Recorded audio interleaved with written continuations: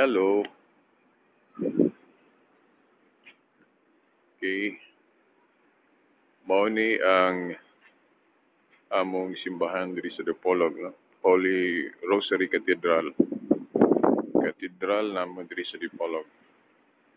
Kanang inyong nakita mao kana ang ah, imahen o sa duha ka inilang nga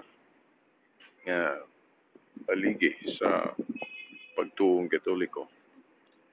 Si San Pedro o San Pablo o itong naka-yellow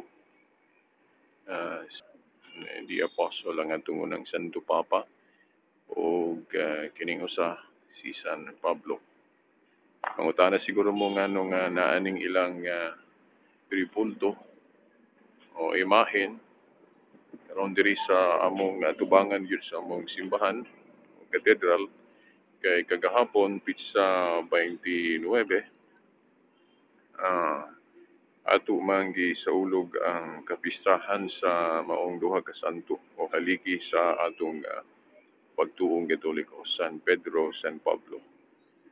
So mao na niadto karon diri aron pagkuha og ulagway pinaagi ni aning atong mobile cellphone o pasensya gamay sa atong mobile cellphone kay medyo ubos ra ang kinibang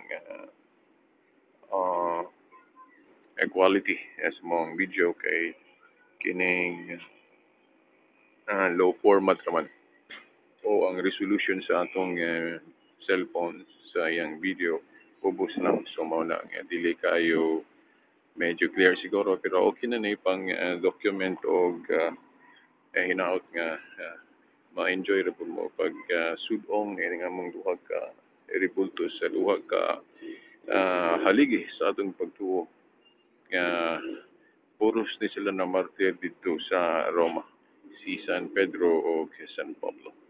Kining ga-report mao ni ang inyong alagad gyapon si Veritas. Si Silbert Adriatico Dondriano Senior alias Veritas. So, mao na. So, niyata karon diri nagpasilong-silong pod kay medyo talithi o medyo lain ang panahon. Adunay dagom dito ganiyo makita na to abot og maklaro pa ninyo.